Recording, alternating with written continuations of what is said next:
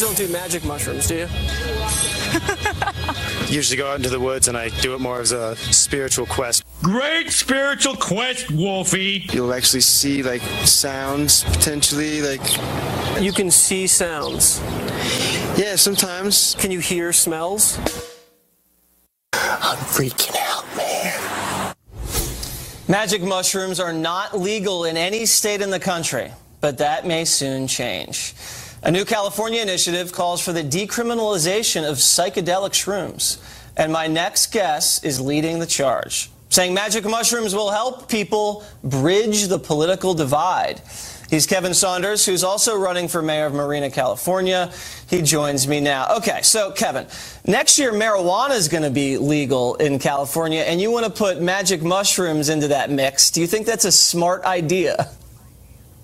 I do. I also think it's a natural progression from medical marijuana and recreational marijuana legalization that seems to be sweeping the country.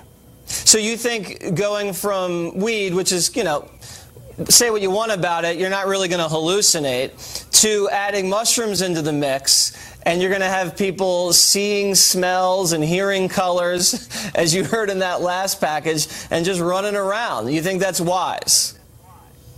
Well, I think if you're over 21 and you're able to make an adult decision after educating yourself, I think that what you're going to find are people using it for depression, using it for cluster headaches, using it to beat various addictions.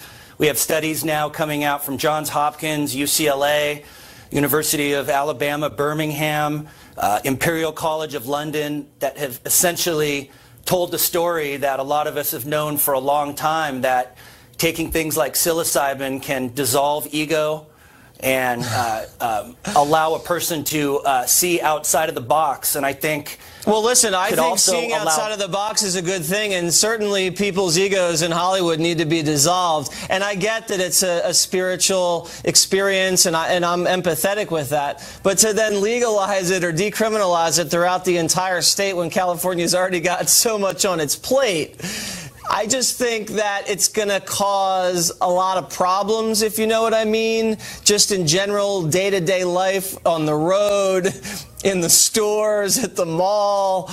You don't see that potentially? I don't. I think people have a really strong respect for mushrooms. I think that they're considered sacred. I think now when we have people like Terrence and Dennis McKenna, Joe Rogan, Eddie Funksta of California, who is a visionary. Wait, and Eddie is leading, his last name is Funksta, F-U-N-X-S-A. Got it. All right, so we're not going to agree on this, obviously. I just think, Saunders, that, you know, you're opening up a whole can of worms. I mean, if you keep it illegal, I don't think any more or less people are going to do it. But if you decriminalize it, I mean, it definitely takes the stigma out of it, and it definitely makes it more available. I'll give you 15 more seconds. You think 18, 19, 21-year-old kids doing it recreationally, you think that's going to be good for state of affairs in California? No, it's 21 and over. Anybody that does it under 21 will be held under criminal sanction. And my girlfriend and partner and co-proponent Kitty Merchant and I feel that California is ready, and we're ready to have this conversation. All right. Well, California's definitely ready. I don't know what they're ready for, but they're definitely ready. Thank you very much, Kevin.